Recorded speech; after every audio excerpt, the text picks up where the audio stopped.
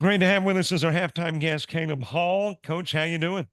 I'm doing good. Thank you for having me. And it's great to have you with us here at halftime. Of course, we're recording this a little in advance, but you're the wrestling coach there at Bayside. But I have a feeling because I know when I talk to people at Bayside, typically they are multitaskers, and just the wrestling coach may not be the only thing that you undertake there at Bayside. So let's get a little background on Caleb Hall. Tell us what got you from point A to Bayside. Oh man, it was kind of a journey. I've been in a lot of different positions. I was in the Marine Corps for 9 years, and then I got into real estate. And then we moved out here to Alabama, and real estate was kind of slow just because I didn't have a network built. We didn't have any family down here.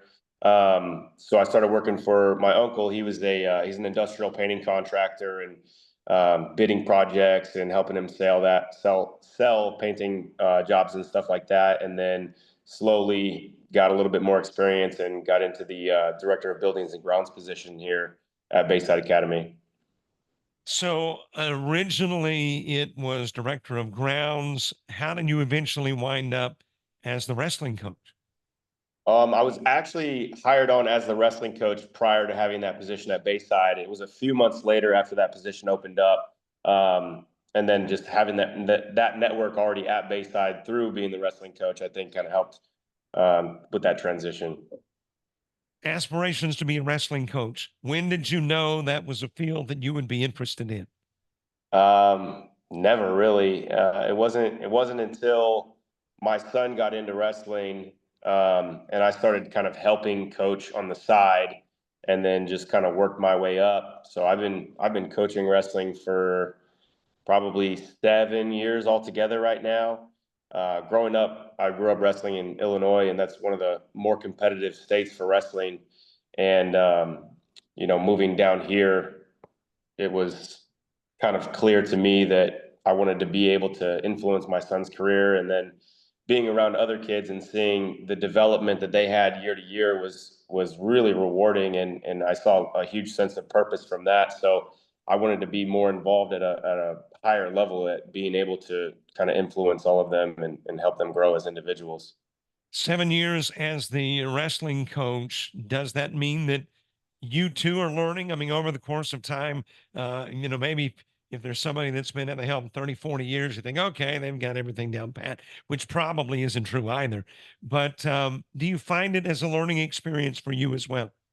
100%. I don't think that you can be in really any professional field and not continue to learn. I mean, you can be a doctor and go to med school today, and things are going to change 30 years from now. I think you have to grow and develop. In wrestling specifically, the techniques that we use, they change, right? Because something might work right now, and then people figure out a way to defend that, and then you got to come up with something else that's working, and it almost goes through waves and cycles. And some of these kids, they're wrestling year round, many years in a row, and trying to be able to keep up with them. I mean, I have to stay evolving to be able to keep them progressing as well. So yeah, I would say that you have to continue to learn, and I watch wrestling almost every single day and try to learn and watch them at the college level, the Olympic level, and see what's working to be able to then try and re-implement it at our level.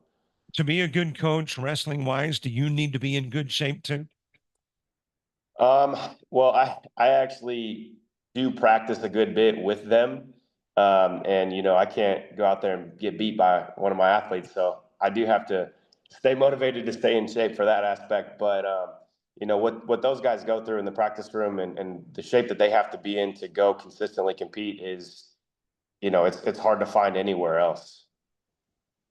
Where the athlete is concerned, I'm assuming this is true with any athlete, there is a unique, maybe specific to that athletics workout program. Where a wrestler is concerned, talk about the weightlifting aspect, because though they are obviously in great shape, they aren't necessarily always bulked up. So what is the workout routine?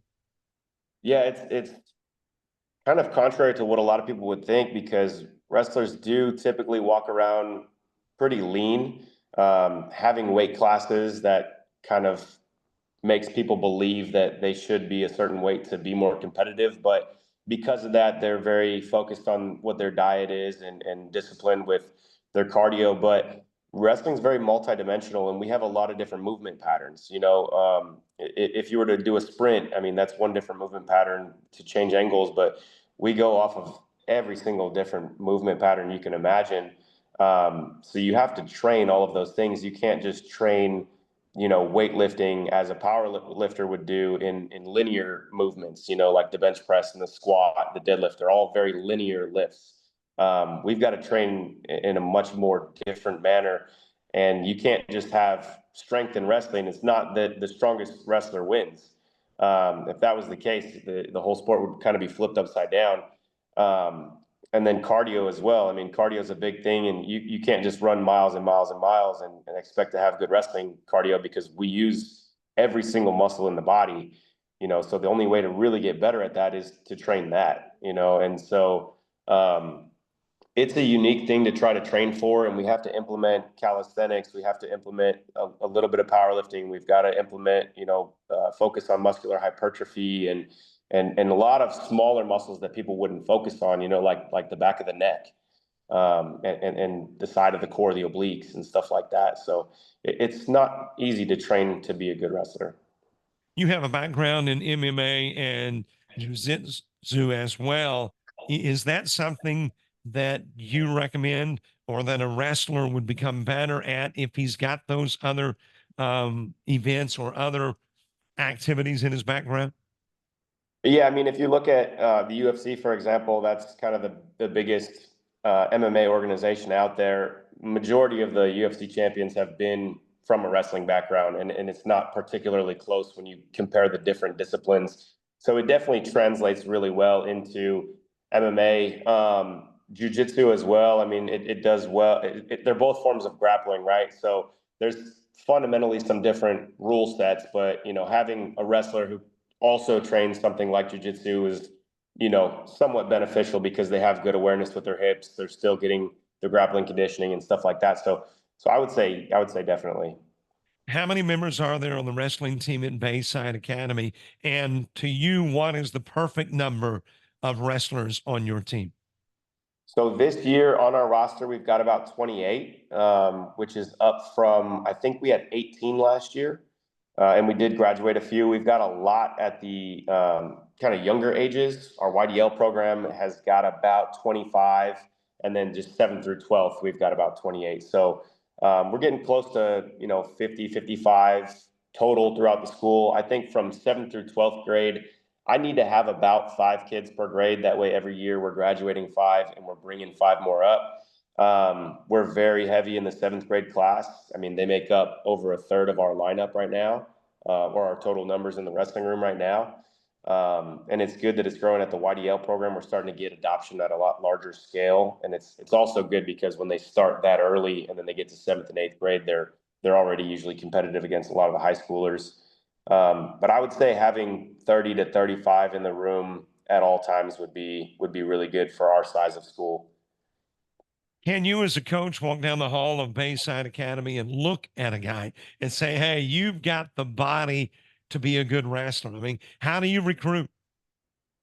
Um, it's probably a running joke at Bayside, but I've approached probably every kid at Bayside, whether they're in kindergarten or they're seniors, to try and get them to try out for wrestling. At a small school like ours, you're not just looking for the most athletic kids. You're looking for anybody who's interested in wrestling. And I've seen kids who are not very athletic become a lot more athletic and become very good wrestlers, just because of how important technique is and how much more important leverage and things like that are than just purely muscle. Um, so I mean, anybody who's willing to give it a try, I mean, I'll train them. I don't care if they're super athletic, super strong or not.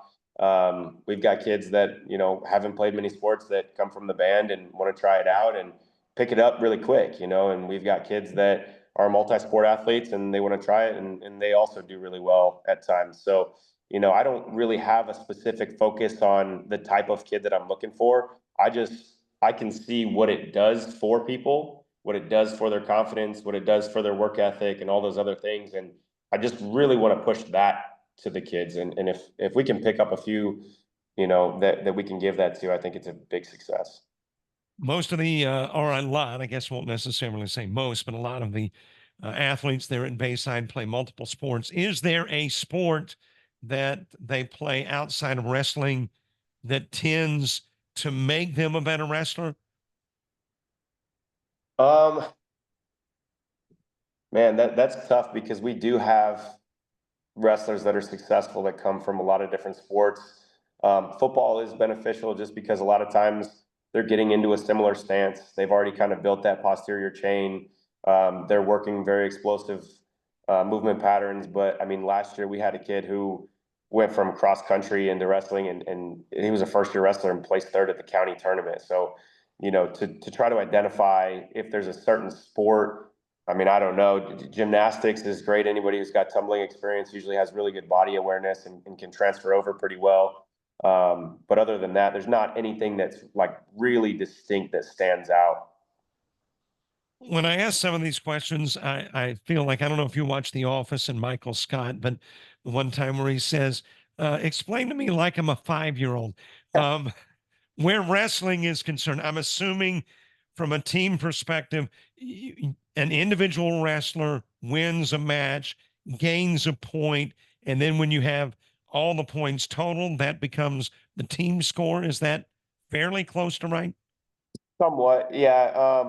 Based on the method of victory that a wrestler has, it'll score a different number of team points. There's only a couple ways to score points during a match, and there's only 4 ways to score team points.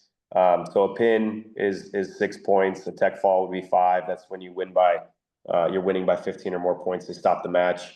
A major decision 4, and then just a decision is 3. So I've got one wrestler at every weight class that goes out and competes against the one selected wrestler at every weight class from another school. So there's 14 weight classes, and each of them compete, and based on the result of the match, score team points, and that's how it's kind of done. What's an acceptable year for you? What's an acceptable year this year for me?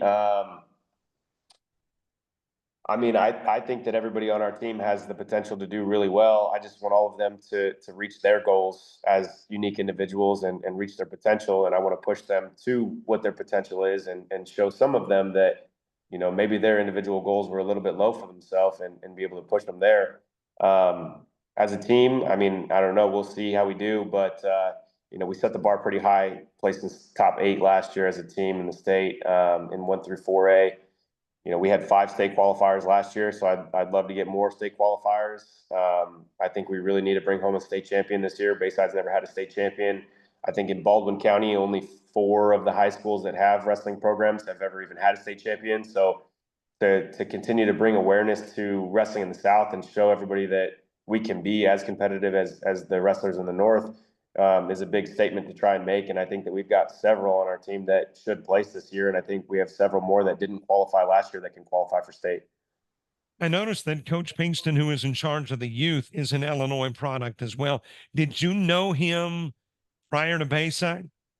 I did actually. That's what got me into coaching out here in Alabama. I transferred from California. We had my son in a different program, and then we found out about Coach Pinkston and brought him over, and it was just like a refresh, because we grew up in a very similar area. This year, actually, him and I took 13 wrestlers up to Illinois for a week, and we had them train at different locations and different clubs, and then kind of culminated at a national tournament out in Illinois. So our wrestlers could see outside of the perspective that they have down here, what it looked like in some of those, pretty competitive areas. But yeah, it was 100% working with him for a couple of years that, you know, inspired me to want to coach at the high school level. And then, some things happened and everything lined up for me to be able to get into the Bayside coaching program. And I do attribute a lot of that to him. One last question. Is there such a thing as home floor advantage for a wrestler? We had one of our home duels last year during the school day, and our wrestlers had so much support, and many of our students had never even seen a wrestling match. So to be able to have it at home and with our students there during the school day, cheering them on, and I know some of our athletes really thrived in that environment.